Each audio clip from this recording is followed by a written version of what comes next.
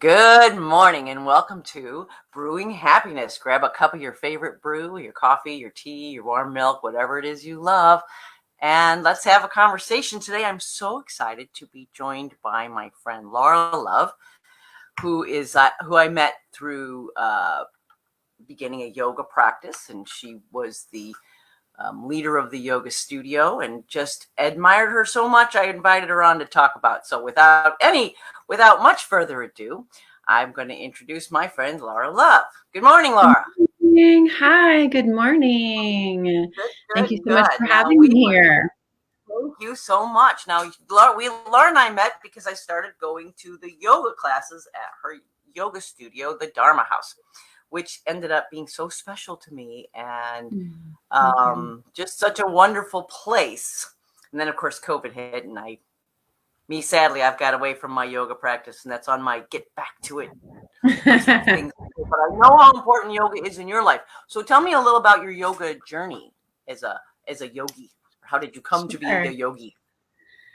Well, at this point, I've been teaching yoga for about 16 years. I got into it. Well, I think my first yoga class I took when I was real young, but at a gym, and I would take it as like, I don't know, I think it was in high school, and I would take yoga, or I'd take a spin class, or I'd take a step aerobics class. Like, it didn't matter, I just kind of had it as a part of my exercise practice. But then in 2005, I believe, I went through a pretty painful divorce, and I had two small babies and found myself as a single mom and having a lot on my plate. And I was at a place where I felt, honestly, like the only time in my life where I felt like so overwhelmed. And I never thought I was depressed. I would never say I had depression or anything like that, but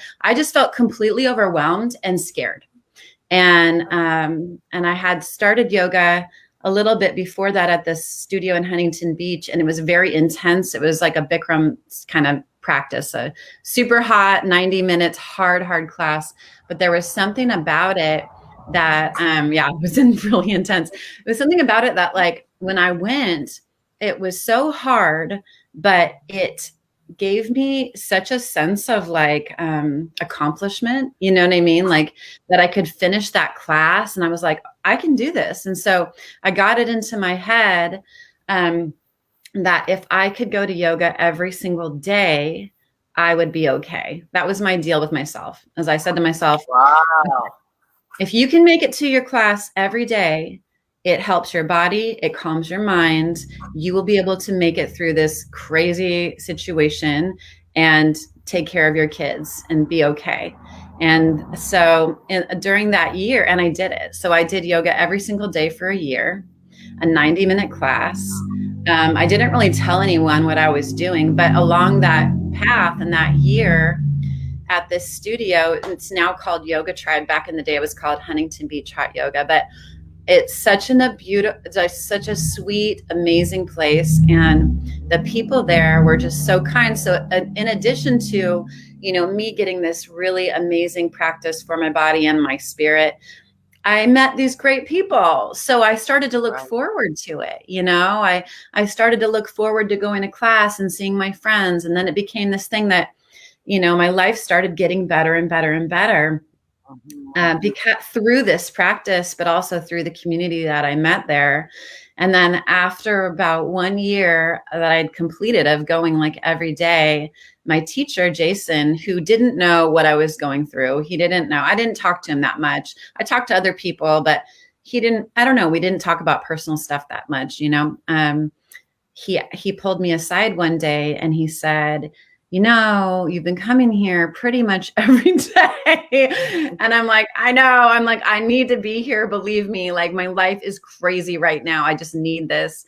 And he's like, I like it. And your practice is coming along so nicely. I would like you to consider the path of a teacher. And this is back, 17 years ago, when teaching yoga wasn't as popular as it is today. You know what I mean? Like, now it's like there's teacher trainings all the time, and there's yoga studios everywhere, but back 15, 20 years ago, there was not. It just wasn't as popular, Right. So he had asked me about teaching, and I had never thought about that before. I actually had one thought about it. When in class one day when the teacher was teaching, I thought, wow, this is her job. How amazing. Like, this is what she does all day. I'm like grinding at my job, And so I had one thought about it, but I'd never considered like going to a training or what that would look That could like. be me. Right. Right. I don't know. It was wild. And so he asked me if I'd consider it. And I was like, I don't know. And the thing, it's funny because I remember what I said to him. I honestly said, I'm like, I don't think I'm good enough. And he said, what do you mean you're not good enough? And the way I meant it was my practice. You know what I mean? There were things I couldn't do yet that I thought a teacher should know how to do. And I said, well, there's all these things I still don't know how to do. Like, how would I be able to teach that if I can't even do it myself? And he said, Laura, he said, the most important part of a teacher is that he or she has a huge heart, and that they want to share that heart with others, and everything else we can figure out. And so I thought about it, and he told me, he's like, listen to this. And he said, it won't cost you any money. It's going to cost you 3 months of your time. You and me work one-on-one after class every day. And at the end of the 3 months, if I feel you're ready to teach, you'll be able to teach. And if you don't feel ready to teach, then hey, we've spent 3 months of training, but that's the risk. And so, I mean, that back then I didn't even know what a gift that was, because trainings now, Right. $3,000 to $5,000 Right. training. Right. So this man trained me for free. But back then he's like, I needed teachers, he's like, there weren't a whole bunch of teachers out there. Like, it's kind of desperate, So he trained me one-on-one 3 months. At the end of the 3 months, he put me on the schedule, and I started teaching. I didn't even realize like what a gift I had been given until later. And, as the years have gone on, I've done many other trainings and done all the stuff. But looking back at that, he really gifted me that and encouraged me to move into something that I don't know that I would have otherwise. You know what I mean? I think I needed someone to ask me. So it was through my own like struggle, that I came into yoga. Right. And now I feel so lucky that I get to help other people. Because a lot of times people who come to class are dealing with divorce and, depression, different things that are going on in their life. So that happened to me when I found yoga. I wasn't dealing with anything difficult. I was just kind of lost. I was just in a place. My life had transitioned, and I had lost some things. I was divorced. I was no longer in corporate America. I was just kind of drifting with who am I? And I kind of accidentally fell into the yoga at the Dharma House. I went to a gong event with Prakash Nam and loved her so much. I just wanted to go to her yoga class, and that kind of she's the best. And that introduced me to Dharma House. And I will tell you honestly, Laura, I went to yoga the first year. I cried every single session of yoga I went to for the first year. I literally had huge things were going on inside of me, because the yoga kind of forces meditation, right? It kind of forces that reflection, and as we learn about our body being the mirror image of our mind, right? Read this great book. Dr. Candace Pert wrote this wonderful book called Our Body is Our Subconscious Mind. Mm-hmm. And I keep reading more about it. So I know there were just big things going on inside of me. And by the end of that 2 years, I felt like I was walking on air. Like I just was, I feel like it was like the happiest I ever was in my whole life was when I was at the yoga studio 3 times a week. I'd be like, oh my God, I'm here like every day. There's something fun. I can't wait to come to it. Right. And then the COVID hit. Right. Yeah. And sadly for me, the Zoom didn't have the same. I get you. I'm on that board. That's a bad excuse. Anyway, now I'm like, this is where I am right now. It's finally dawning on me, going through another little transition, right? It's finally dawning on me, the big hole that's been left in my life by not having a yoga practice. And part of that, to your point, is the community of people that I met there. Right. Really. And, I do research all the time on happiness. And what you find out is that the activities that make us happiest are activities we do in groups that provide teams. Like when we're on a team, when you're acting with a bunch of people, like-minded people with a common goal, that is the recipe for the happiest you could be. I believe it. I believe it because I do, to what you just said, I'm grateful for Zoom and Instagram Live and all that because it allowed us to keep something going during COVID. Right. We closed the studio, but we were able to do stuff online and so, I'm grateful for that. But I'm with you. Like, to me, I'll do a yoga class, in my living room. And thankfully, it's still, yes, it makes my body feel good. And I get into some stillness and that's beautiful. But there's such a big part of what I need is that community. And so in Right. creating Dharma House, that was the big goal. You know what I mean? I wanted to bring in these sacred practices, and I did want it to be a more spiritually based studio than what I was seeing. When I moved to Laguna Beach, I was kind of like, I love Laguna Beach, but I thought, why is it all like fitness yoga? Like, where do you go That's why to? I never loved yoga before I came to Dharma House. It was always somebody going, lift up your butt, straighten your arm. Right. You need to hold tight, and it was so much work. I didn't. It wasn't the same thing. Yeah, I think in Orange County, it seems like, the majority of the yoga that you'll find is that, right? And but for me, I want, there's nothing wrong with that, but for me, I wanted a place of, where we could sing mantras together, that we could learn about the Yoga Sutras, that we could have community, we could have book clubs, we could do all these things. And so that was such a big part of it. So, I mean, I'm grateful that, for the Zoom, the Instagram Live, and, I'm so grateful that there has been a group of us that even now it's been, almost 2 years, I don't know, year and a half that everything's been shut down, that we've been able to, we meet at the park. We've got certain things popping up. We've got a class that we rent a space in San Juan. And then on Sundays, we rent a space in San Clemente. We can't, it wasn't, a good idea to take on a whole space right now because a lot of people are still super nervous about coming back. So I wanted to ask you about that. So the Dharma House is just kind of virtual right now. It's virtual. We do online via Instagram. It's now called Dharma House Collective. Our Instagram got hacked. Our regular Instagram, Dharma Yoga House, got hacked. Someone stole it and stole all of our followers. So we had to start over. Oh my God. So right now, I know. I didn't know that was a thing. It is a thing. It is a thing, apparently. So we have things online, but then we have we have 5 live classes, and they're in different places because we don't have a brick and mortar studio right now. So we have like 3-part classes. We have 2 indoor classes at different studios that we rent. So if you ever go to the website, you can find all that, dharmayogahouse.com. Good. I only looked for a second this morning because I was like, I want to go back to yoga. And honestly, I want to go back under the Dharma House because yay. What we're talking about is every other yoga place I've been has been lift your butt, straighten your arm. So yeah, I'm not getting what I need. That I can exercise anywhere. Yes. Right. That's the truth. So maybe for you, if you're free on Sundays, we do a Sunday 10 a.m. at Collective Energy, which is in San Clemente. And that's Bhakti yoga. So that's yoga with live music, kirtan. It's just so beautiful. Oh, my favorite. That's my favorite. So I love it. Wait, now, where is it? Okay. After this over, you send me a link where that is on Sunday because that's a time. My schedule just changed so that I'm available at that time. So awesome. And we're looking for a space now. I feel like it's not quite time yet because it seems like things are shutting down again. Well, but what's going to happen, right? Who knows? You'll know. You know what? Yeah. You'll know when the time is right. The space will present itself to you. And, I do know that. That's true. And there's too much. There's too much. I'm such a believer in collective energy, right? That's why I believe I love the yoga as a in-person activity because there's something going on when your energy's all in the same space.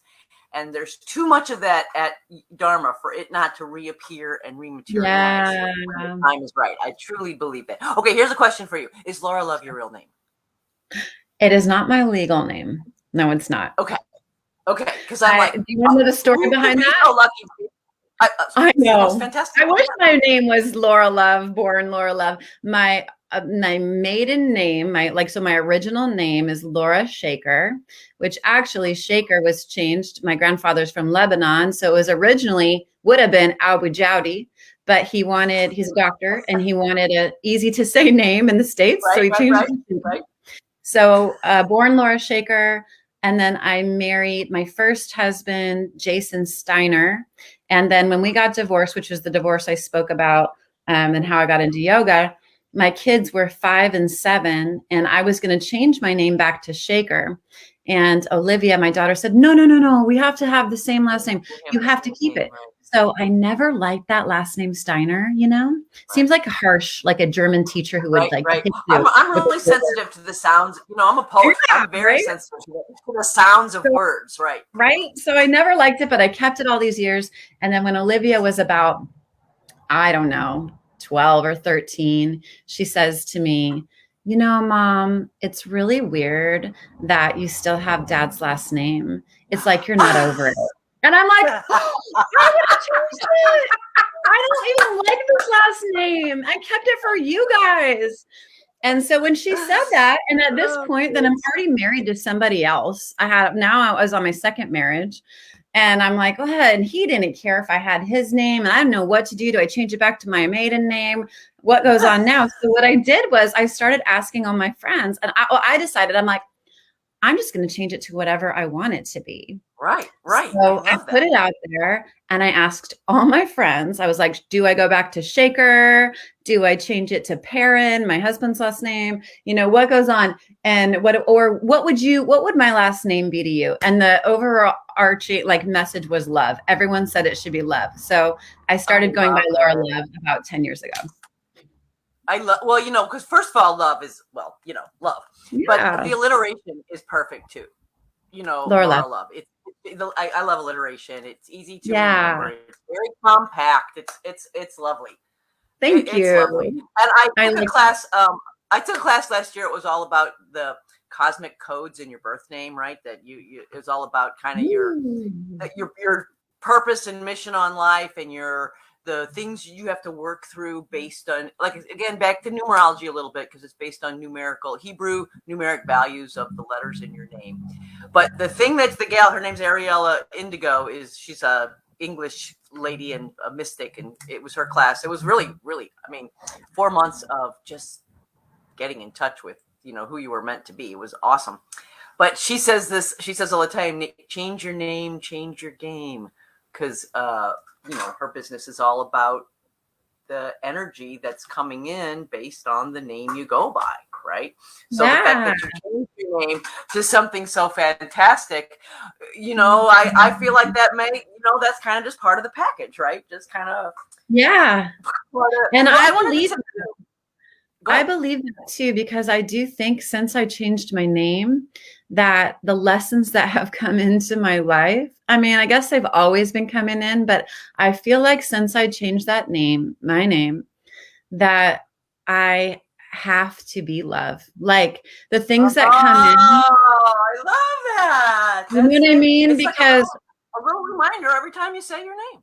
Right? It's a reminder. And then the things that come at me, where there's still hard things that come at me. And there's a part of me that wants to, I always say get ghetto, you know what I mean? Like I want to get upset with things, or have a strong reaction, or tell someone, to screw off or whatever. But I come back to myself and I'm like, that's not who I want to be.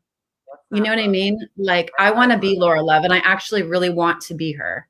And so I don't want to go back and revert to you know what I mean? Just lower vibrational kind of ways and behaviors. That keeps me in check. It does, Well, that's a little bit of how I feel about the Queen of Happiness. What you said about I want to be her. So anytime I feel, like you said, I want to get angry or annoyed or unhappy, I think Queen of Happiness would not indulge in those feelings. So I appreciate that your name is kind of your message to who you are.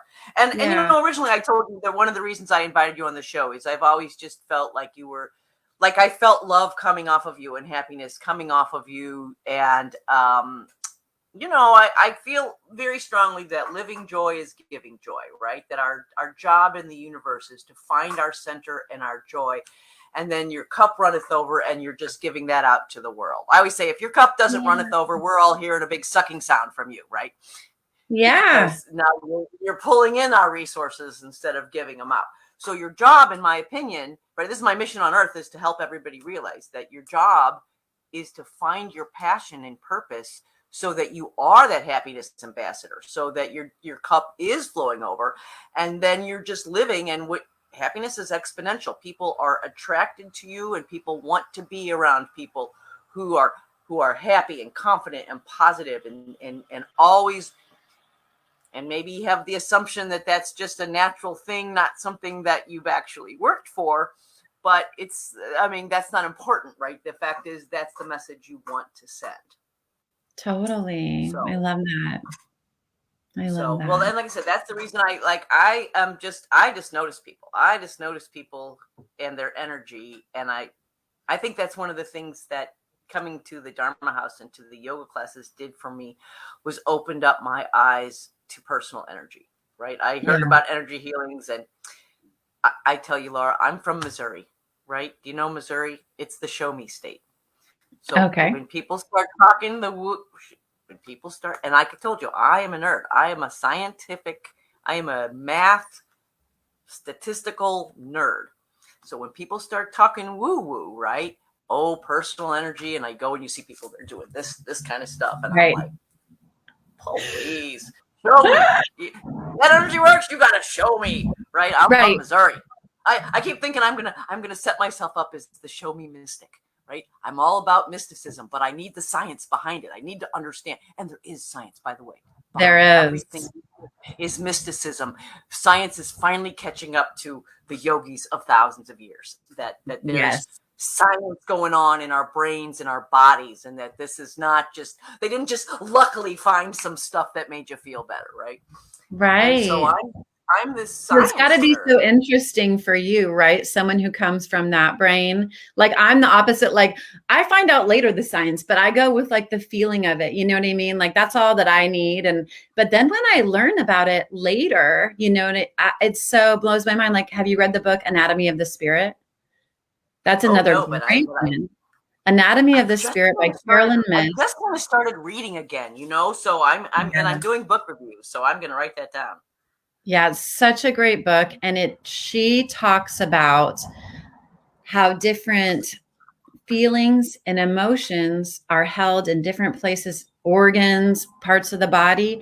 And so when you start to understand that, when you first start reading it, you know what I mean? If you're a little skeptical and gentle, you might be like, I don't know. And as it goes on, there's no getting around it, because the examples she gives, it'll be like people that you know, and you know what I mean, and this kind of personality will suffer from these kinds of ailments and all these things. Right, and right. and so when you get to understand that, then you can understand also that how when we're in yoga poses and we're moving it, why that works, right? Right, Because right. Because on an you're energetic touching those level, organs through we the are way you move. moving Right. energy out of the body.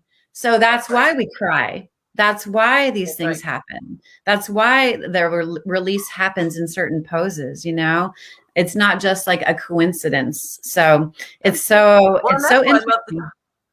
that's why I love to talk about it, because I hope that people who maybe are listening that have never done yoga, or have kind of thought yoga, that's for those, granola eaters in California, that that there is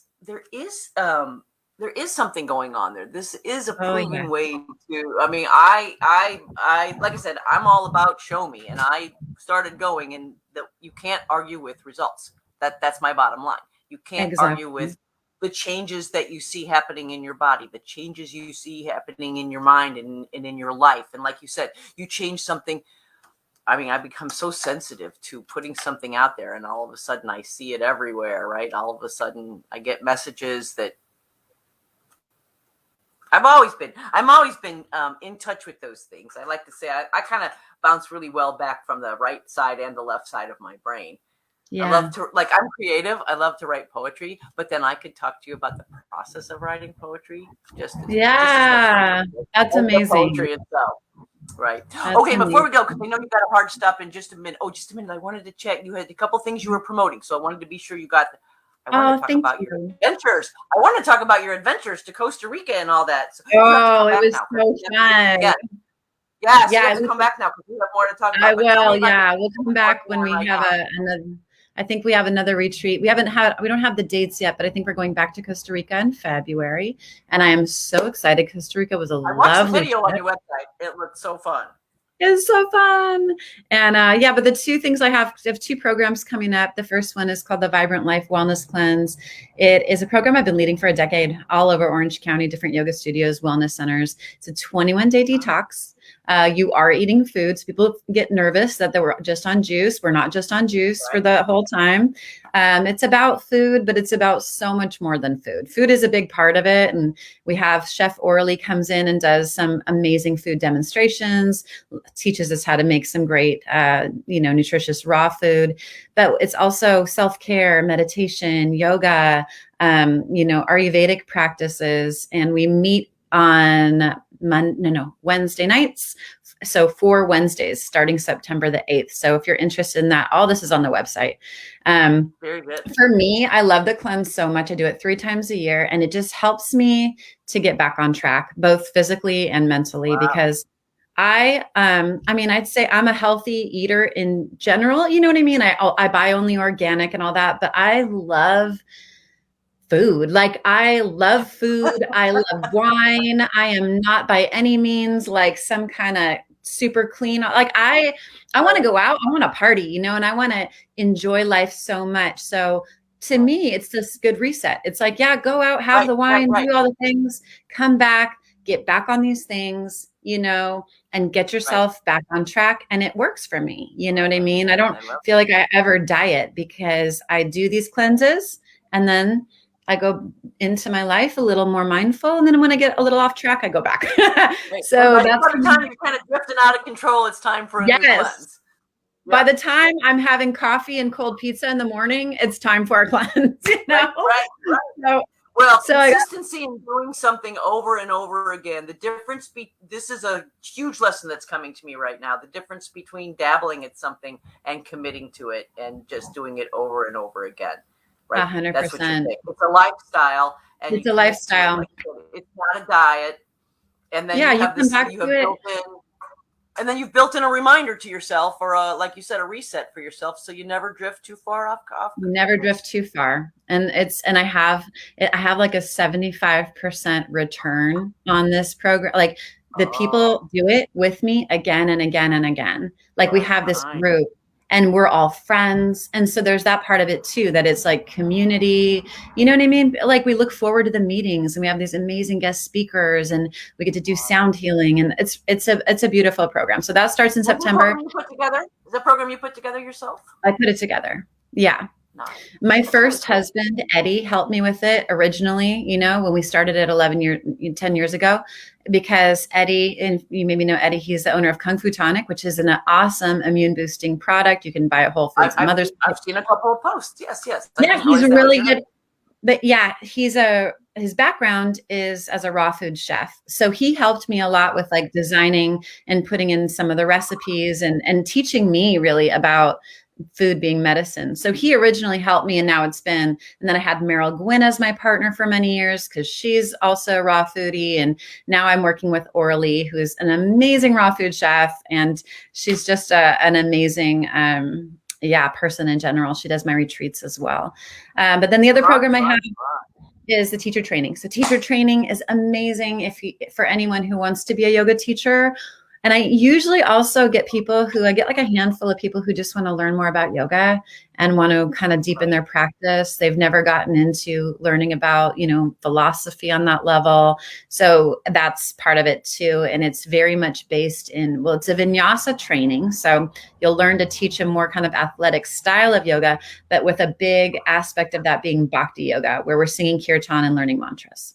So that's the 2 things I have. Thank you for asking. That sounds fun to me, and I don't think I would ever want to teach a yoga class ever, but just to learn all the inside, why it works and how it works. How it works, why it works, where it comes from. That was very interesting to me. Yeah. All right, I got to let you go. I know you got to jump on another live. I do. I'm on another show right now. Right. Okay. I want to invite you back, though, because I knew we weren't going to get through all this in a half an hour. Yeah, let's do it again. Much. Thank you. Thank you. Thank you. All right. Bye, Laura. All right. Okay, well, that's our show for today, my friend Laura Love. Let me know if you like the interview format, if you'd like to see more guests, what kind of guests you'd like, if this is fun to watch us have a conversation, as opposed to just watching me speak for 30 minutes every morning. Anyway, love to bring you brewing happiness every day. It is the delight of my life, and until tomorrow, make it a happy day.